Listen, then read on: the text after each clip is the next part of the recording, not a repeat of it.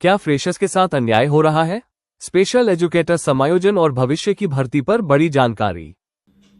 नमस्कार साथियों, आप सभी का स्वागत है स्पेशल एजुकेटर सारथी परिवार में।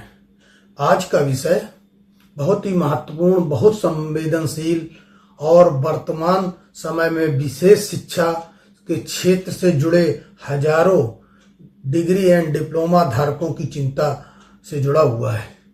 यदि आपने विशेष शिक्षा के क्षेत्र में, स्पेशल एजुकेशन के क्षेत्र में BEd special education, DEd special education, diploma या अन्य कोई आरसीआई द्वारा मान्यता प्राप्त कोर्स किया है और अभी तक आपकी नियुक्ति नहीं हुई है, तो यह वीडियो आपके लिए अत्यंत महत्वपूर्ण होने वाला है।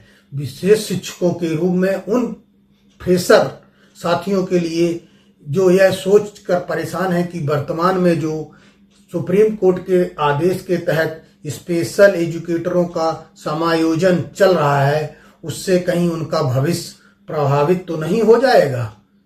आज इसी भ्रम को मैं दूर करने आया हूं। आखिर फ्रेशर परेशान क्यों हैं?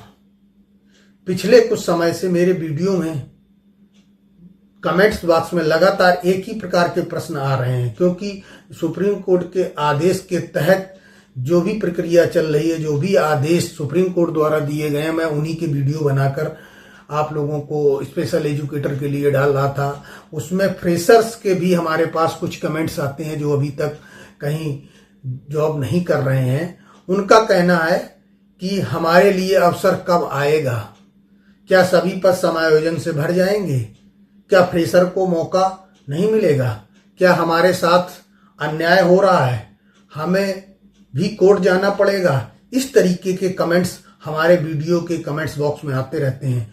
तो इसी समस्या को दूर करने के उद्देश्य से आज मैं यहाँ उपस्थित हुआ हूँ।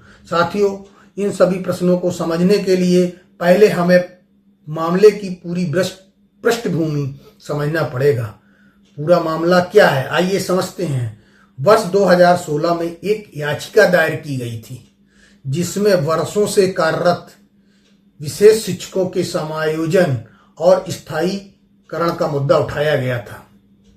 ये वे विशेष शिक्षक हैं जो विभिन्न राज्यों में, देश के विभिन्न राज्यों में संविदा पर डेली बेसिस पर आउटसोर्सिंग के माध्यम से विभिन्न नामों से, कहीं इटिनरेंट टीचर, कहीं समेकित शिक्षक, कहीं विशेष शिक्षक, इन नामों से दिव्यांग बच्चों को शिक्षा प्रदान कर रहे हैं। इनमें से अनेक शिक्षक कुछ 10 वर्ष से, कुछ 15 वर्ष से और कुछ 20 वर्ष से अल्प वेतन में कार्य कर रहे हैं। इसी मामले को लेकर सर्वोच्च न्यायालय ने 7 मार्च 2025 को एक आदेश जारी किया कि वर्षों से कार्यरत इन विशेष शिक्षकों की स्क्रीनिंग कर उनको समायोजन प्रक्रिया पूरी की जाए।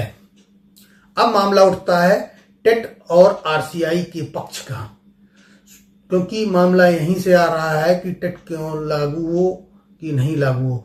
सुनवाई के दौरान जब सुप्रीम कोर्ट ने 7 मार्च को आदेश दिया कि इनकी स्क्रीनिंग करा ली जाए, तो उसने कहीं भी टेट का मामला नहीं रखा था। सुनवाई के दौरान कुछ राज्यों ने अनिवार्य टेट का मुद्दा उठाया, जैसे कि उत्तर प्रदेश सरकार ने जब स्क्रीनिंग की, उसके बाद कोर्ट को अपना एफिडेविट दाखिल किया जिसमें उन्होंने कहा कि सभी अभ्यर्थियों को टेट पास होना आवश्यक है।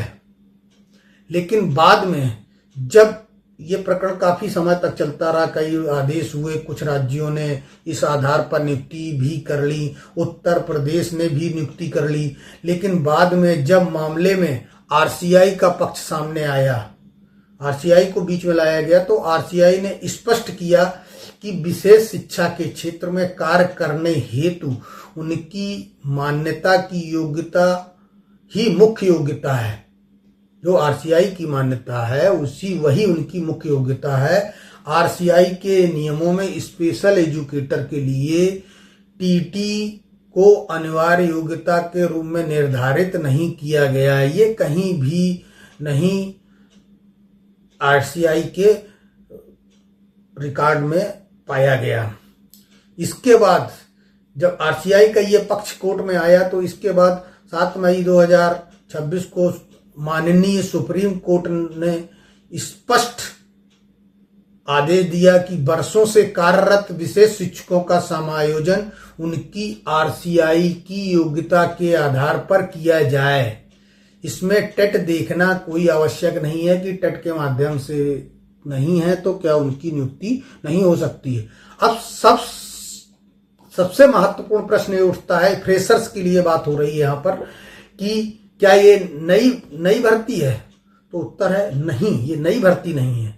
मैं दोबारा स्पष्ट कर देना चाहता हूं आप सभी को, यह कोई नई भर्ती नहीं है, कोई नई नियुक्ति नहीं हो रही है, कोई नया विज्ञापन जारी नहीं हुआ है, या कोई नए पदों का सृजन नहीं किया गया है। यह केवल पहले से कार्यरत विशेष शिक्षकों के समायोजन की एक प्रक्रिया चल रही है, जिसके तहत उनको समायोजन किया जा रहा है। जो लोग वर्षों से दिव्यांग बच्चों को विभिन्न राज्यों के सरकारी विद्यालयों में प्रशिक्षण दे रहे थे, ये उनके स्थायित्व की प्रक्रिया चल रही है।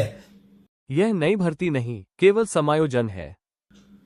अब बात करते हैं कि फ्रेशर्स को भी ये बात समझनी होगी कि यदि आज कोई नई भर्ती नहीं निकल रही है, उसमें केवल कार्यरत लोगों को मौका दिया जाता है, तो फ्रेशर्स को बाहर कर दिया जाएगा, यह उनकी चिंता का विषय है ही नहीं और ना ही उनको यहां पर चिंता करना चाहिए, क्योंकि यह केवल एक समायोजन हो रहा है। और समायोजन की प्रक्रिया में स्वाभाविक रूप से वही लोग शामिल होंगे जो पहले से कार्य कर रहे हैं।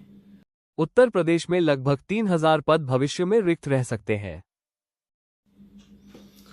आइए अब इसको और अच्छी तरीके से हम उत्तर प्रदेश के उदाहरण से समझते हैं।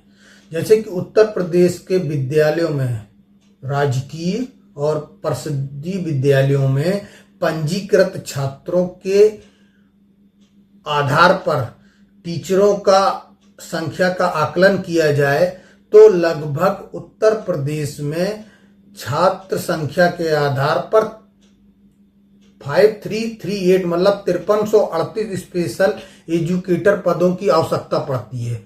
और आप जानिए कि वर्तमान में लगभग 2200 से 2300 विशेष शिक्षक विभिन्न माध्यमों से संविदा, डेली बेसिस या आउटसोर्सिंग के माध्यम से कार्यरत कर रहे हैं। इनमें से कुछ टीटी पास शिक्षकों का समायोजन पहले ही हो चुका है, लगभग 443 लोगों का समायोजन हो चुका है। तो 2200 में 443 और निकल जाएंगे, लगभग 1700-1800 बचेंगे।